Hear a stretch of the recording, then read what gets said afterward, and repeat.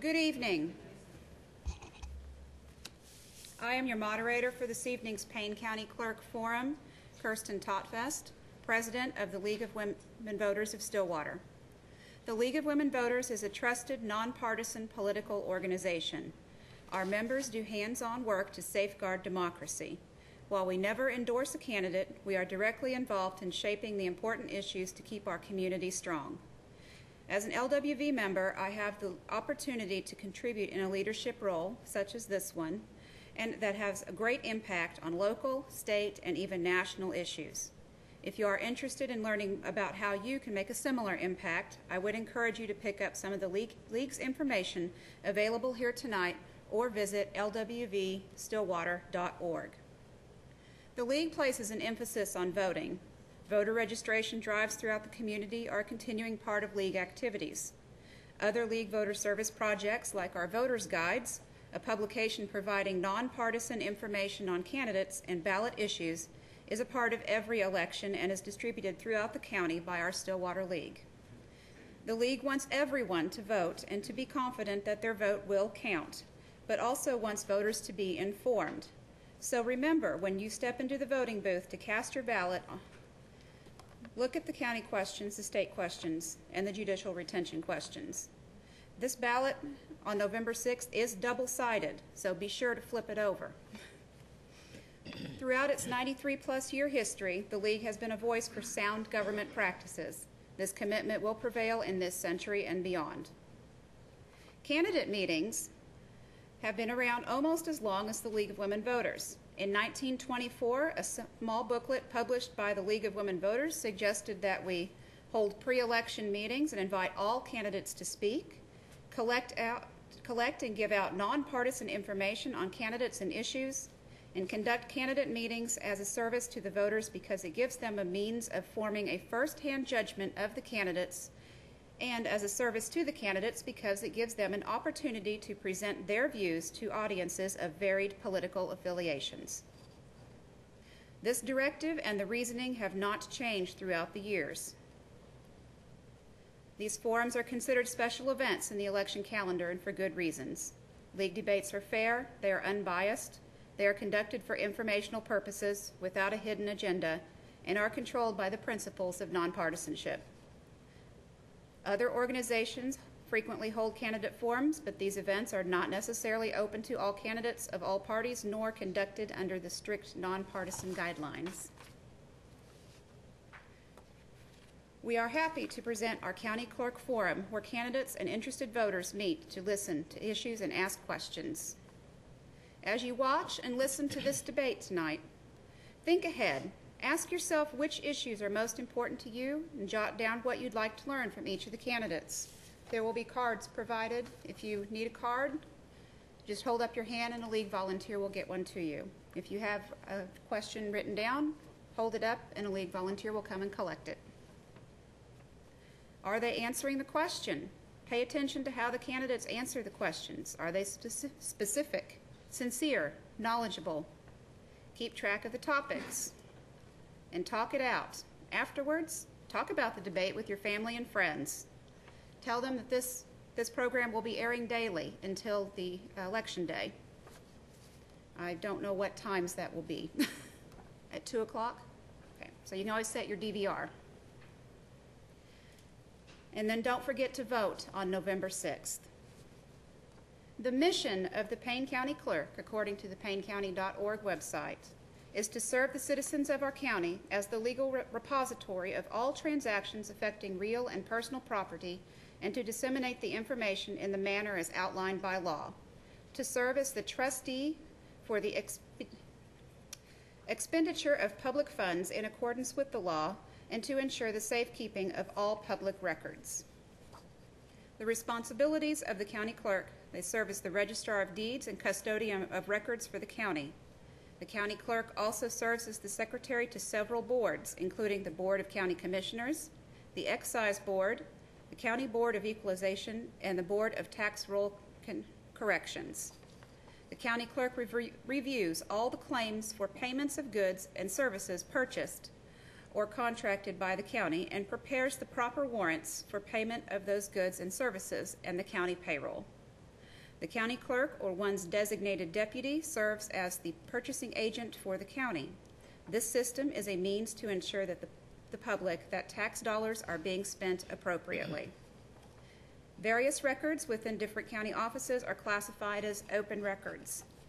As such, they can be reviewed and mechanically copied by the public. With us this evening are the candidates for Payne County Clerk, Ms. Glenna Craig and Ms. Linda Hatfield. Both candidates will have 2 minutes for opening statements. After the opening statements, I will read the questions submitted by you, the audience, and members of the league. As reiterated before, please write your questions down on the league-provided index cards. League volunteers will collect the cards and screen them before submitting to the moderator. Questions containing personal issues or personal attacks will not be read. You may sign your name to the card, but your name will not be read.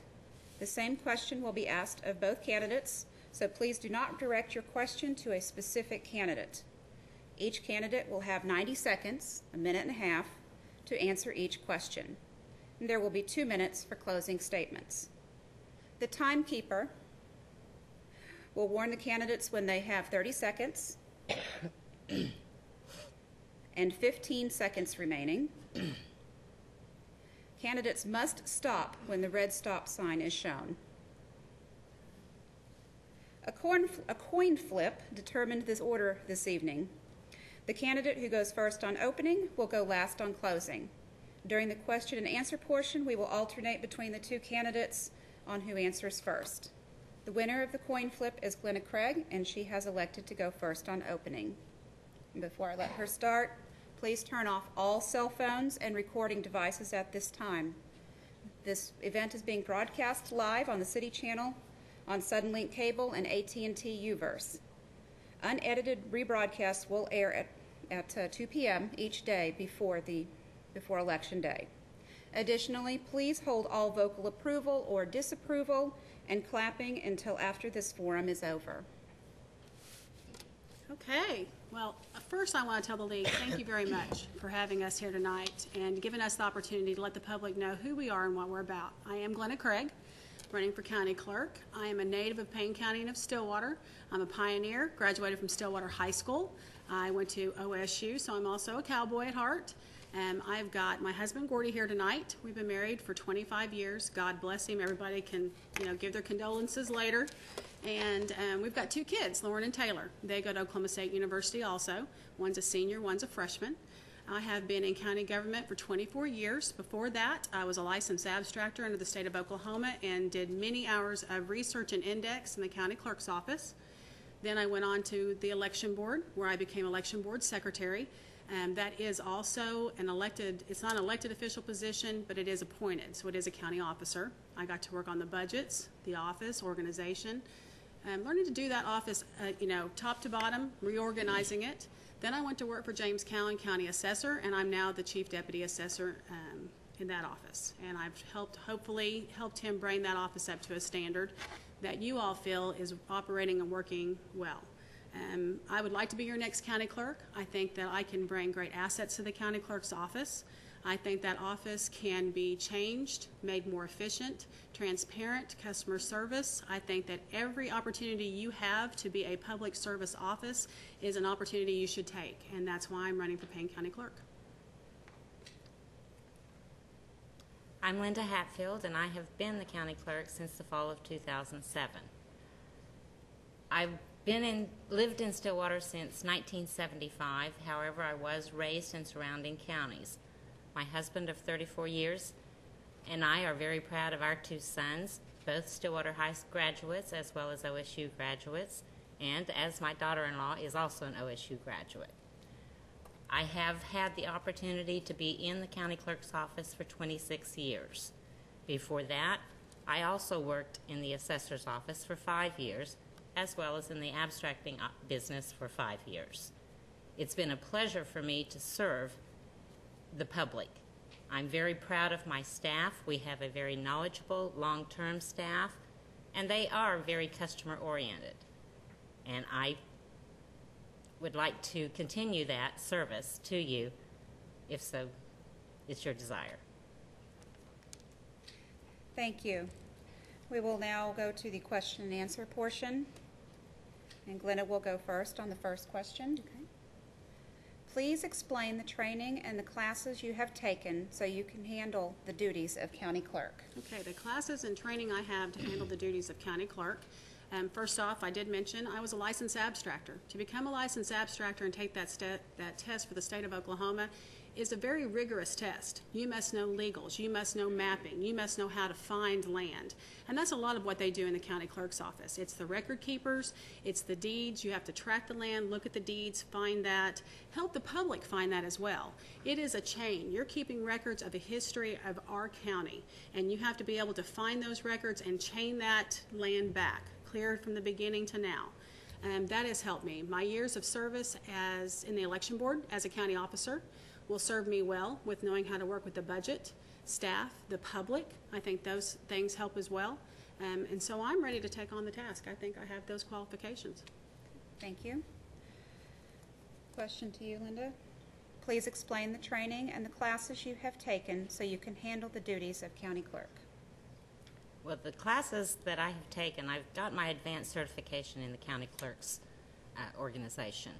I've taken the purchasing classes, budgeting classes, legislative classes, as well as just the experience of the 26 years. I spent the biggest portion of that 26 years in the real estate division, but I also served as the purchasing agent for approximately 6 months until we did get a new purchasing agent.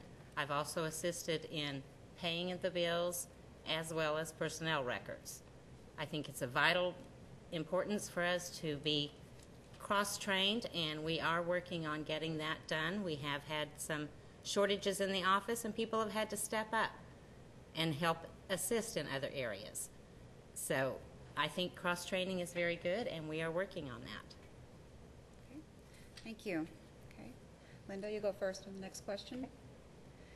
You both have county experience. Can you be specific and tell us how each of you have collaborated with other county officials? Payne County is a budget board county. There's not very many of them within the state. The elected officials sit down, and I can say with pride that for the past several years we have worked as a team to come up with solutions that benefit not only the county as a whole, but all the employees as well. What is fair to all employees, not just a select few. We work on personnel policies. We sit down and discuss what we want included in those personnel policies. I have been the one that has written up those by ACO's recommendations.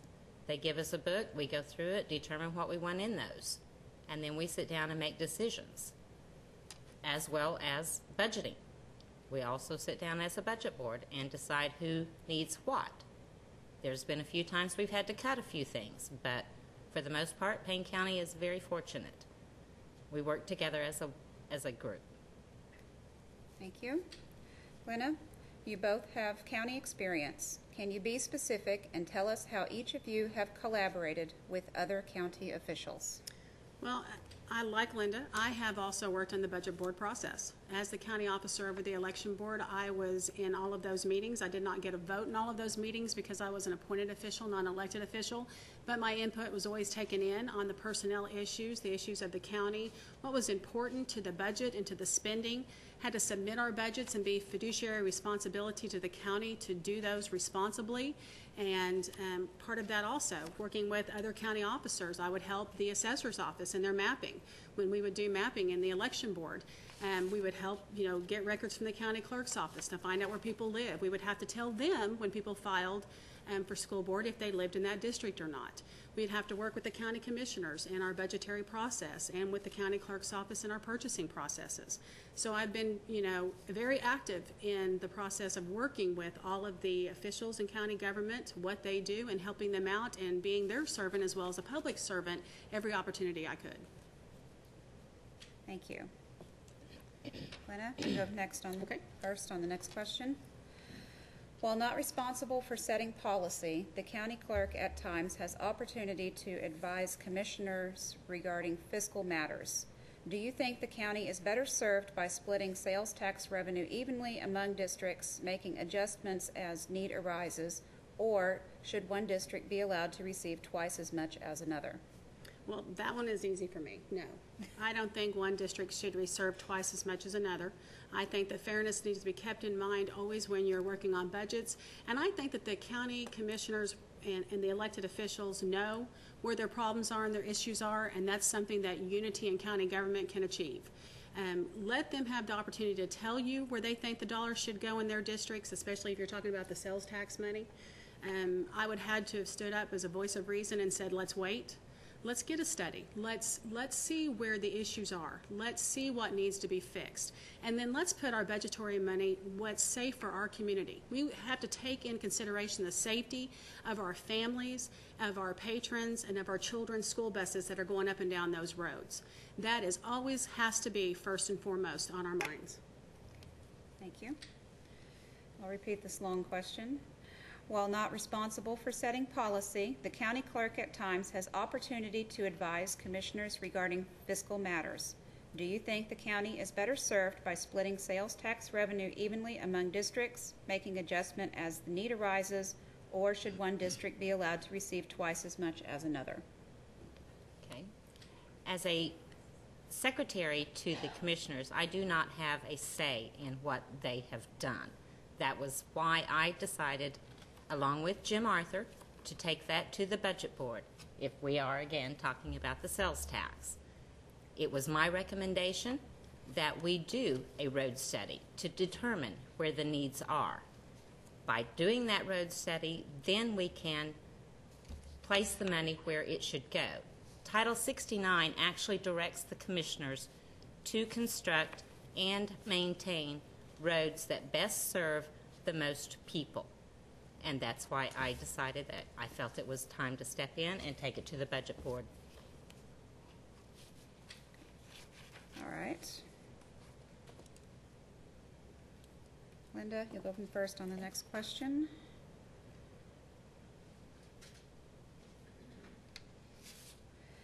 In what ways can the county improve the bid invitation process to ensure sufficient competitive bids are received? The bidding process is, first of all, your elected official or department head comes to you. They give you the criteria that they want met within that bid. We do publish it. Everyone has an equal opportunity. There are state bids, so if you can purchase something off the state bid, the state's already done the work for you. And most generally, it's cheaper if you buy it off state. But you do have the opportunity to bid. It is publicized, and everyone has that opportunity. Thank you. Glenna, in what ways can the county improve the bid invitation process to ensure sufficient competitive bids are received? Okay, I think also that you need to have an invitation to bid, and the bid process is public and open, but I think that you should let the citizens, by advertising in the newspaper, maybe sending letters to your businesses and the specific jobs that you're bidding, and give them the invitation to bid. Ask them, you are our citizen, you pay tax dollars to this county, you pay tax dollars into this county, and we want you to be able to bid on these jobs. We want you to have first service. I mean, yes, the state can offer lower bids, but I would rather see our taxpayers and our citizens and our business owners receive those bids. It's to the benefit to us that they are here and they're operating here, and we should in turn invite them to get our business as well. All right. Glenna, you'll go first on the next question. How do you feel about the county policies currently in place reporting on purchases and transfers? Well, I think that I'm concerned about it, to tell you the truth. When there is a $20,000 transfer going from one cash account to another cash account, whether it's statutorily required to go through a commission meeting or not, I think that should be a public issue. I think that's a transparency thing that we need to bring forward to the public. If a $5 purchase order, I've said before, goes through a commission meeting, I think a transfer should too.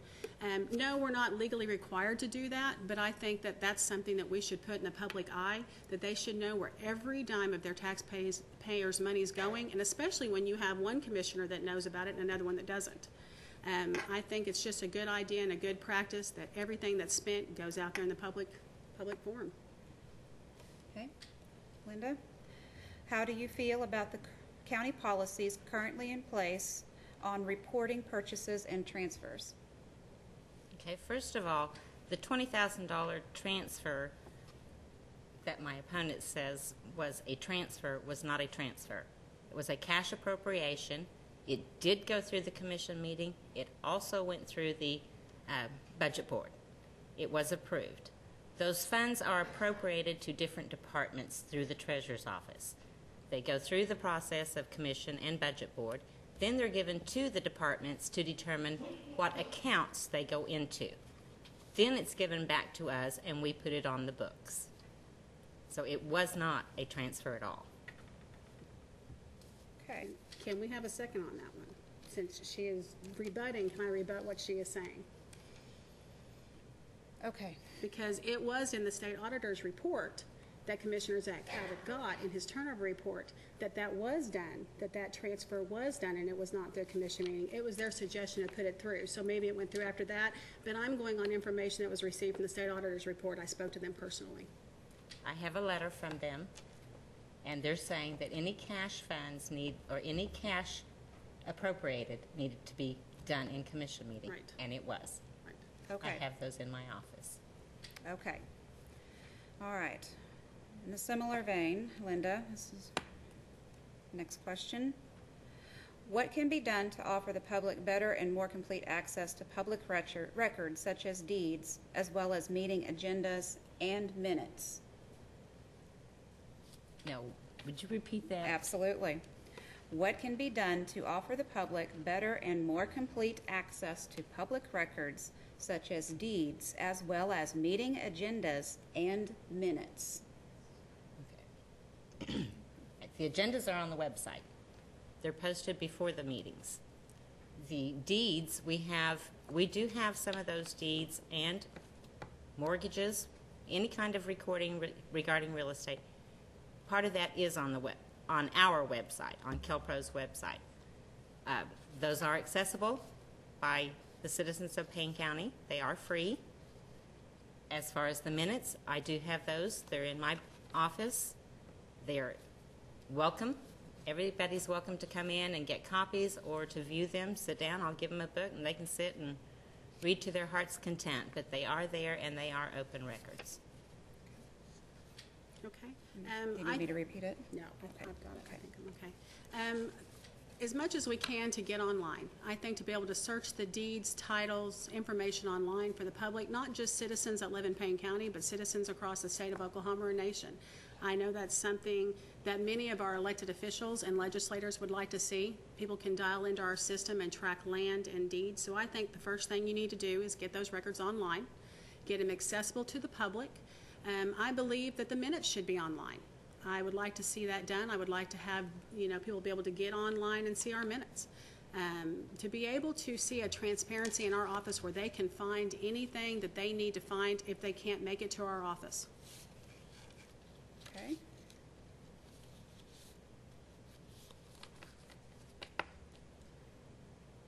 Glenna? Okay? Are there any exceptions to the open records law? No. Not in my opinion, there is not. I think transparency is the key to integrity. You should always, even if you don't have to, recognize the open records law.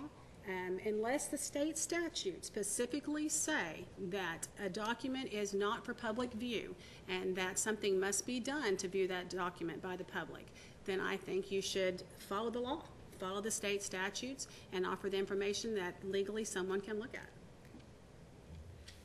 Are there any exceptions to the open records law? There are some personnel records that are not open. The DD 214s, which are soldier discharges, are not open. Executive board meeting minutes are not open. Anything other than that is open. All right.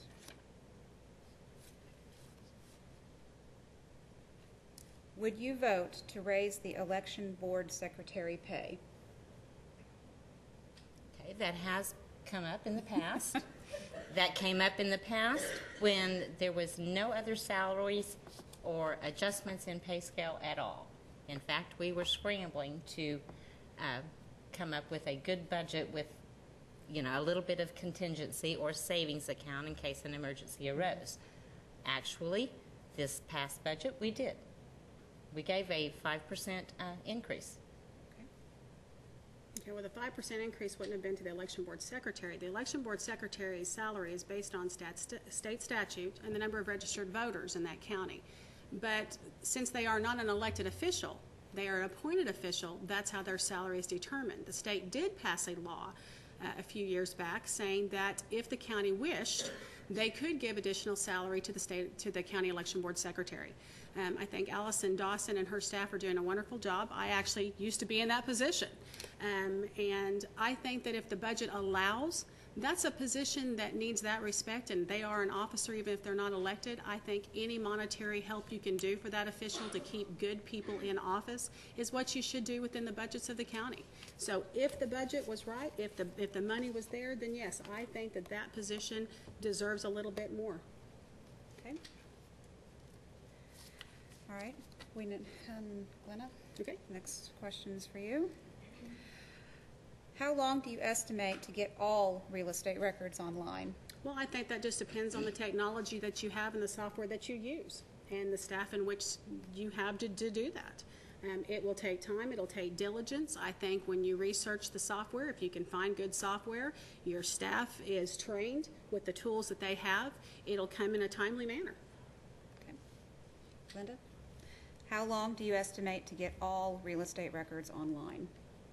Well, I will agree with Glenna on this. It is a very time-consuming.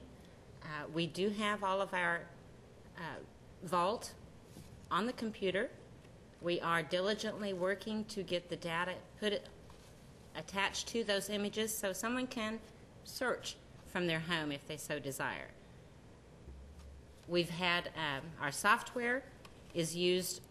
Probably 2/3 of the state uses this software, and we are very pleased with it. We've had a lot of compliments on how easy it is to use. We do have a lot of people in there right now. As you all know, there's a lot of oil and gas activity going on, so we've got a vault full of people and making requests for copies. So it is taking away a little bit of our time in being able to plug in the data that we'd like to. But we will get there. It's just going to take some time. I can't give a deadline. And the thing to keep in mind is these records go all the way back to the patent, which That's means exactly the right. land run. So, Yeah. so that's a lot of years worth of records and subdivisions and so on and so Plat on. maps. and Plat maps. Surveys and, yes. All right. You're next. Okay. Discuss the experiences you have had on resolving conflicts and disputes. Experience. Well, that's a good one. Well, as far as like the sales tax, this last sales tax, I did take it to the budget board. We got approval from everyone to do a road study to determine where the needs were. The issue, there's been a couple of other issues that didn't resolve as easily. In fact, we spent a few times in court. The judge ruled in our favor. But it was a long-standing policy is why we ended up there. As I said, the budget board works together very, very well. Other than that. Glenna? Discuss the experiences you have had in resolving conflicts and disputes. Well, being a mother of 2 children, I think that starts right there. You always have conflict and disputes when you're raising kids. Being a mom, I have. Being a professional, I have. When I would deal with registered voters, people going out to vote, people at the polls, not everybody agreed, whether they were on the books or not. Dealing with other elected officials in the budget board positions. We didn't always agree when we were in there, but we did our best to try to talk it out and what was best for everybody. But the bottom line was, always remember what's best for the citizens, for the employees that run our county, for the citizens that pay the taxes, for the people that come in and do service, as the oil and gas individuals do. They're not a nuisance. They are actually, they're giving us revenue. So I think, you're not always going to agree, but sometimes you need to agree to disagree and find the best way to do it. And I've had experience in doing that from very, very different avenues of my life, whether it be professional, as a parent, as a board member. I said as president of Stillwater Group Homes. We are a board-driven, group. And I've had to many times have to work out disputes, and I think it's a well-rounded thing, not just professionally. Okay. All right. Glenna, you go first on the next one. What experience have you had in constructing budgets and meeting deadlines? Oh, well, constructing budgets, like I said, I was in the election board for 20 years, election board secretary for 10. I had to construct the budget every single year, keeping elections in mind, money in mind, precinct officials in line, with the whole county budget at hand. So, that's part of it. What was the other half of that question, Tim? Oh, deadlines. Deadlines. Anybody that's ever worked in elections know you constantly have deadlines. You have resolution deadlines. You have voter registration deadlines. In the assessor's office, we have deadlines. We have to have homestead exemption deadlines to qualify for everything. So what you have to do is you have to keep the state statutes in mind, what deadlines that they put before you, but you should always, as a rule of thumb, let people know when their deadlines are. And that was something I thought good at, was a public service, press releases, letting people know when the deadlines are coming up, what they need to do, where they can find that information. Linda, what experience have you had in constructing budgets and meeting deadlines?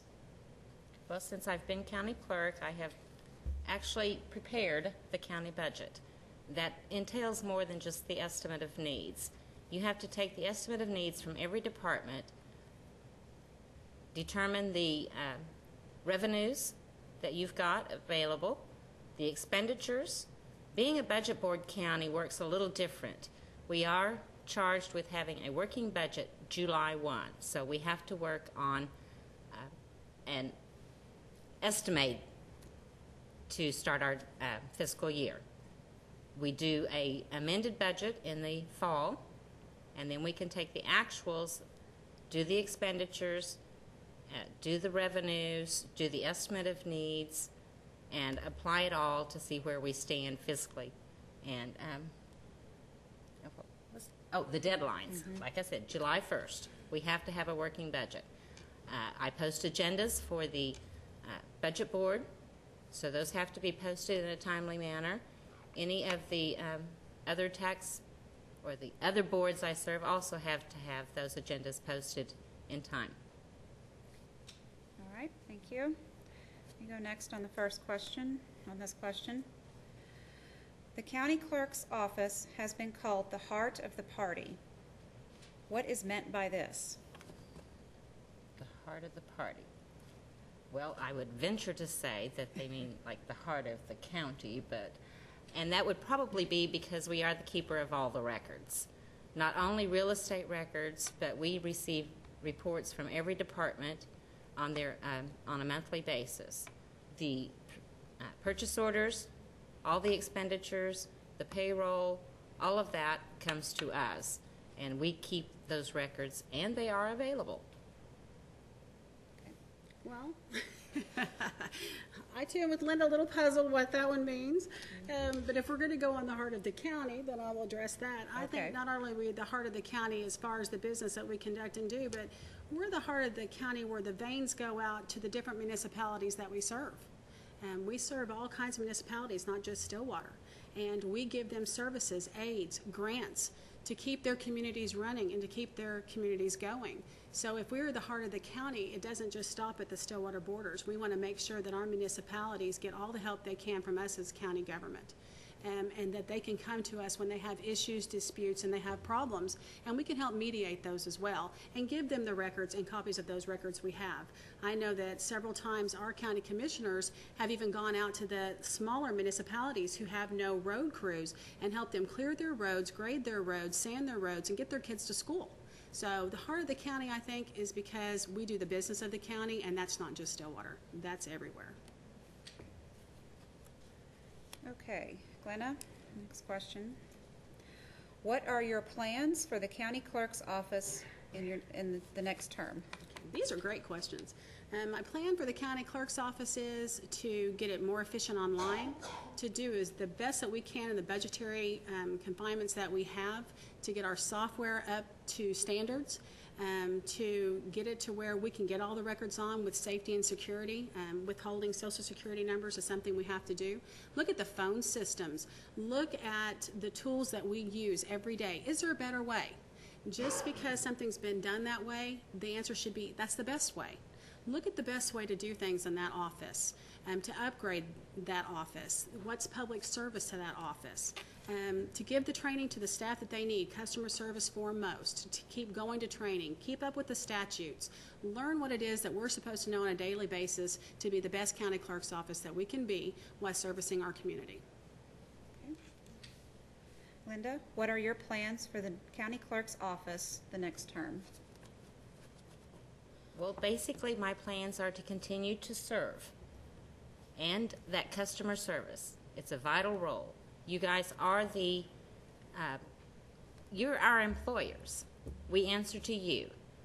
And I think it's vital that we serve you in a way that you deserve, whether it be a balanced budget, customer service, putting the records online, making reasonable purchases, and paying our bills responsibly.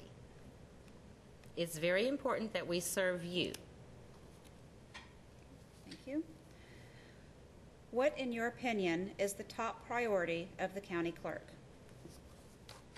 We are the keeper of the records, and those records have to be available. We have to be accountable for those records and to protect those records.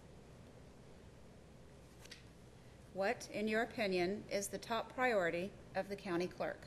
I think the top priority is to be physically sound within the budgets that we have, in our advice that we give to other county officials, in the purchasing process that we use, in the insurance that we get for our employees.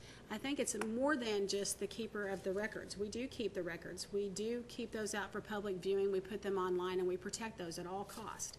But I think it's more than that with that office, because we don't just do records in that office. We do payroll, we do purchasing, we do bids. I think the main goal should be to do a well-rounded office that serves everybody, that is physically sound and responsible to our community, and takes care of our employees. Our staff and our employees are the most valuable asset that we have. Without them, we couldn't do our day in and day out business. They are loyal, they are professional, and they are true to us. So I think it's more of a big picture on what the county clerk's office can do. And it's to keep everything running smoothly and protecting the valuable assets that we have. Okay. All right. We've run out of questions. Are there any more questions out there? Those are great questions. Yes, Great I agree. Yeah, it's been great a great questions. audience. Okay. We'll just move on to closing statements. We'll allow 2 minutes for closing statement. Linda, you'll go first on closing. Again, I thank you for coming out this evening. I know it's kind of cooled off out there and everybody wants to be home, but I do appreciate you coming, and thank you for hosting this. I am, again, Linda Hatfield. I have had 26 years of experience in that office.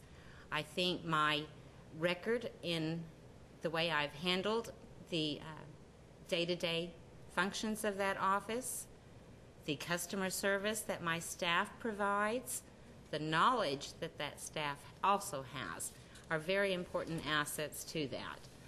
I would like to think that my experience and knowledge is an asset, and that I would ask for your support November 6th. Okay. Okay, once again, I am Glenna Craig, and I also want to thank the League for having us here tonight. And I also want to thank the people watching at home that you took an interest in us and you took an interest in why we want to represent you as your county clerk, what's important to us. I would like the people to know I have a citizen, driven, professional heart, that we are public servants. We're out here to do this for the benefit of our community. And that's why we're here tonight, is to let you know a little bit more about us as your candidates, the options you have, what we are here to do for the county if given the opportunity to continue on, me as the new county clerk or Linda as the county clerk. And I just want to thank you for your time and for educating yourself in this process. I would like to be your next county clerk. I promise to do that office justice with my professionalism, organization, bring skills to that office that will make it well managed. But above all, we'll be a citizen-driven public service office that will run efficiently and effectively, and we will always have transparency first most. If elected county clerk, I would like for every single one of you to come see me, and we will have an open door policy, and if God willing, I may even have you a cup of coffee. So I would love to have your vote on November 6th, and I look forward to this election season, and please get out and vote. It is vitally important to all of us. Thank you. This concludes our program. Thank you for the candidates, and thank you for all attending and participating with your questions. The League would also like to thank our voter service chairpersons, Pat Janes and Joanne Muir, who have done an outstanding job in producing this event, and also our reliable timekeepers, Joanne and Judy Clay. We are facing an important election this November, more important than most as our nation finds its way through difficult and dangerous times. One of the most popular beliefs is that voting doesn't matter, that special interest groups and big business have all the power, that the individual has no control over either government or politics. Let your voice be heard by joining the League of Women Voters and exercising your right to vote on November 6th. Remind your friends and neighbors to vote. Every vote counts, as has been shown in recent local elections. Do not forget to take your voter ID card or your government-issued unexpired photo ID to the poll on Election Day. If you do not have your ID on you, you may ask for a provisional ballot. Do not let your right to vote be infringed. If you need to know where to vote, voter ID requirements, or information on ballot candidates, please visit lwvstillwater.org, lwvok.org, vote411.org, which will allow you to print out a list that you can take into the voting booth with you, okdov/elections, or paynecounty.org.